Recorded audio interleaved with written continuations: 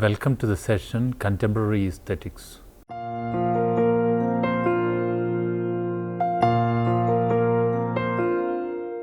Before we begin the session on contemporary aesthetics, we must bear in mind that there are no watertight compartments like modernism, postmodernism, and contemporary aesthetics. Many features of art are shared by different separate periods. Various periods of art are classified by art historians and art critics by different names for the purpose of study and for the sake of analysis. What forms the basis of this act of naming are the predominant features of art in a given period. So, though contemporary aesthetics is something that comes after postmodernism, it has elements of postmodernism and modernism in it. Modernism drew criticism for its Eurocentrism, but postmodern aesthetics, which has been interpreted as a crisis in the assumptions behind modernity, has also come under the criticism of Eurocentrism. Postmodernism claims that it offers room within itself for differences, but it has been successfully claimed by critics that in postmodernism, these differences are not valued but become subsumed in a meta category of the undifferentiated. This means that all singularities become indistinguishable in the sameness. Postmodernism defends itself against the destabilizing threat of other by integrating it back into a framework which observes all differences and contradictions, says Nellie Richard in his essay Postmodernism and Periphery. The art of the 1970s and the early 1980s, particularly the critics of modernism, has been meticulously and comprehensively theorized in terms of postmodernism. Books like Theory in Contemporary Art since 1985 by Zoya Coker and Simon Long chose the year 1985 to inaugurate the contemporary art. It comes immediately after the moment that critical theory, along with the term postmodernism, entered into mainstream art discourse. The word postmodernism has, by the end of 1980s, lost much of its critical influence. Andy Grunberg wrote in the New York Times on September 16, 1990, "As it must to all, death comes to postmodernism," announcing the end of postmodernism. This situation arose in the United States because of a social atmosphere of cultural wars and censorship, homelessness and AIDS, and the intensification of identity politics. Contemporary art aesthetics, both theory and practice, addressed needs that deviated from what can be explained away as postmodern. In the other parts of the world, social transformations necessitated strategies more applicable to local contexts, and postmodernism is a term filled with connotations of colonial West. Globalization is characterized by increasing interaction, communication, and trade between all parts of the developed and developing world. Politically and culturally, globalization is sometimes seen as equal to westernization, capitalization, or Americanization.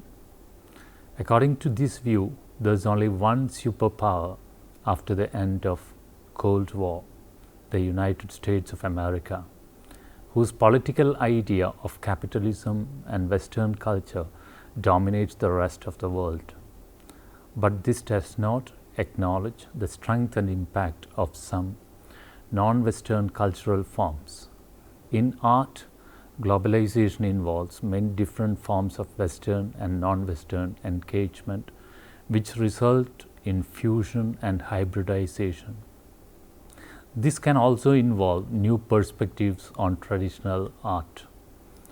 Post-colonialism is an academic enterprise and political philosophy that developed in the late 1980s. This rapidly expanding and challenging area of artistic and cultural studies seeks to redress the bias and manipulations of Western European colonial and imperial enterprises. Its goal is equal status in the world for non-Western societies. It has been defined as the struggle of colonized people of various countries for material and cultural well-being against the circumstances of past and continuing colonial and imperial dominations.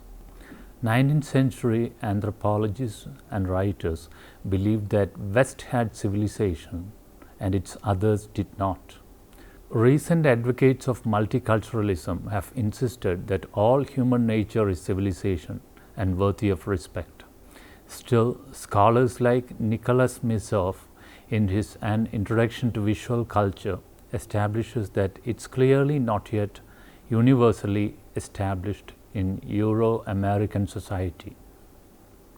He points out to the endless debate in Western films and television of the divide between the European and the other. If postmodernism, as Jean-Francois Lyotard proclaimed, is the end of meta-narratives, then that name had also run its course.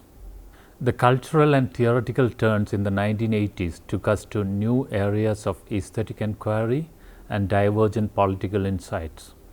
Developments like globalization, neoliberalism, and new media signaled shifts in human consciousness, and new practices began to address them. Contemporary artists' disregard of rules of medium made art more interdisciplinary. Besides, the artist became a cultural producer, a practitioner of one form of cultural authoring among many. In practice, the role of the artist, cultural producer, often coincided with other roles of, say, for example, curator, educator, or entrepreneur.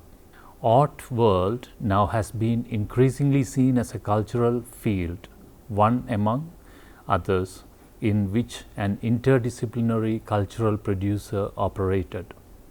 The French sociologist Pierre Bourdieu emphasizes that the field of cultural production is a specialized area.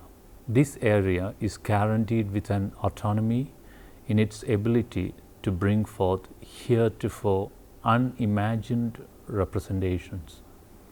This can also invent models of resistance against the insidious and everyday forms of social and political domination. The rise of the biennials. Biennials play an important role in contemporary art aesthetics. A biennial is a massive international art show lasting for a few months, conducted periodically, and it may have taken its name from a flowering plant that takes 2 years to complete its biological life cycle. The proliferation of biennials has become integral to the explosion of contemporary art. Venice Biennial, founded in 1895, is the oldest biennial, and Sharjah and Istanbul biennials have emerged as the two of the most interesting ones.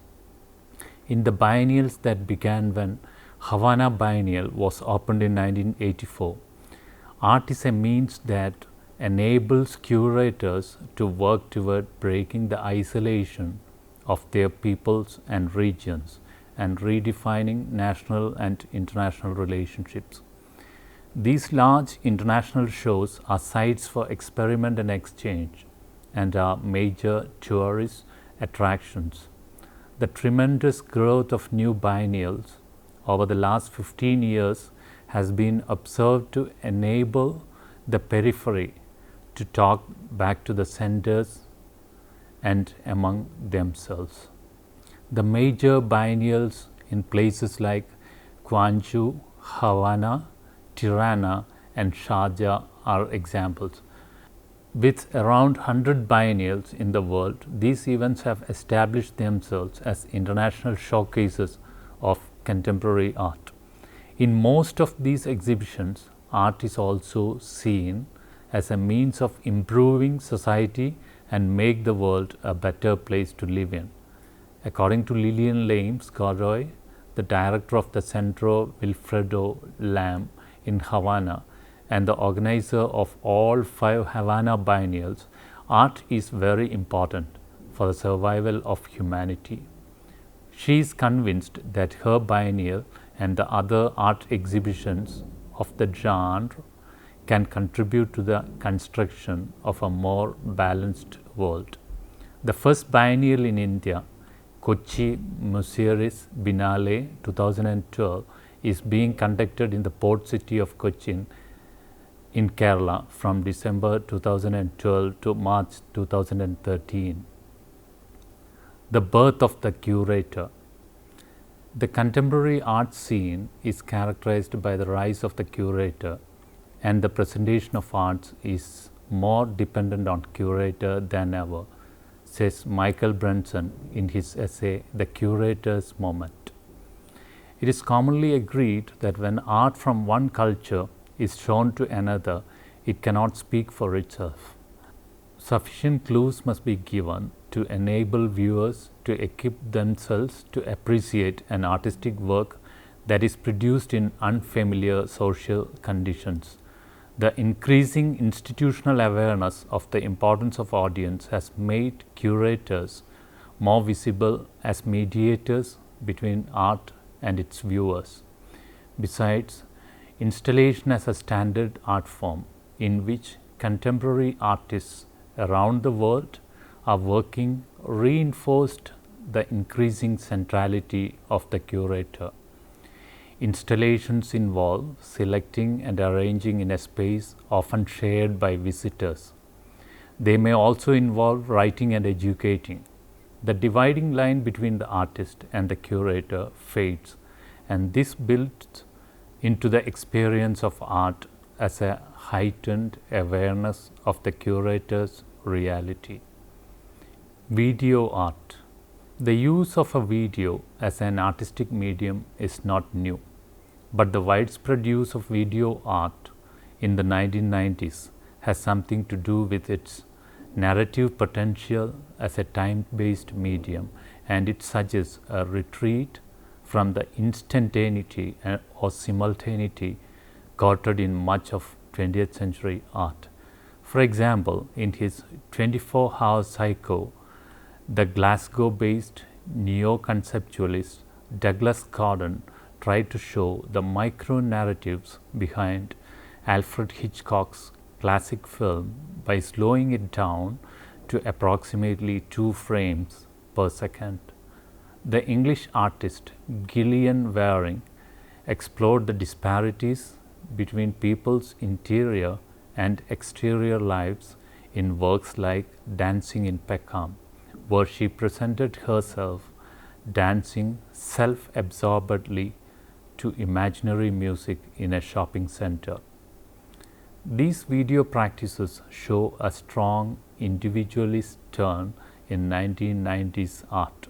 Many young artists of the 1990s reflected new social situation of cultural hybridization and global cross-fertilization. For example, the British artist Yinka Shonibare, who was born in England and brought up by Nigerian parents in Lagos, produced dress which suggest cultural hybridities originating from colonialism, attacking a Eurocentric understanding of both modernism and postmodernism. Film historian and cultural critic Peter Woolen asserts that the future will see ever greater cultural diffusion, but this view could also be seen as celebrating capitalism. As the 1990s art market became increasingly globalized, some art critics argued for a shift in the emphasis away from diversity towards the needs for local pockets of resistance to a market-led society. As the present-day art market became increasingly globalized, some critics argued for a shift in the emphasis away from diversity towards the need for local pockets of resistance to a marketed society. The British Art Revival. In the 1990s, a group of students at Goldsmith College, London, decided to turn the entrepreneurial ethos of Thatcherism for their benefit. In 1988, Damien Hirst persuaded the London Docklands Development Corporation to allow him and his friends to use an abandoned building to stage a three-part exhibition titled Freeze. Taking help from London dealers like Carsten Schubert and Jay Jopling, a group of artists including Hirst and sculptors, installation artists Sarah Lucas, Anya Galacio and Matt Collishaw, and the painter Gray Hume attained international prominence under the YBA, Young British Artists banner. The YBA is socially inactive, but it employs a pastiche referring to egalitarian art. They were, however, criticized for catering to market and selfish ends. But for the critic John Roberts, the new British art represented a reaction against the intellectual obscurantism of critical postmodernism by promoting strains of Philistinism and proletarian disaffirmation. In the contemporary art scenario, the gallery system provides an alternative form of creative freedom from public institutions whose agendas are controlled by governments and sponsors. A relationship between art and economic globalization is inevitably happening here. Now we have a few questions for you.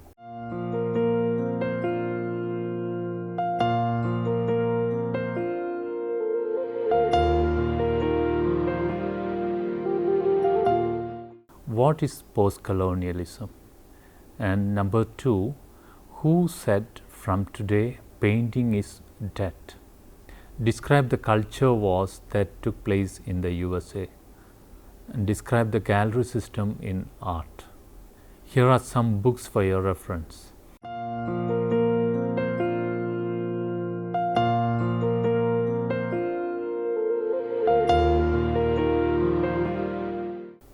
Hugh Grant and Diana Neval, Art History The Basics, London, Routledge, 2008. Simon Long and Zoya Cocker, Theory in Contemporary Art since 1985, Oxford, Blackwell, 1985. David Hopkins, After Modern Art, 1945 to 2000, Oxford, Oxford University Press, 2000. Hope you have got some ideas on contemporary aesthetics. We'll discuss another topic in the next session. Till then, goodbye.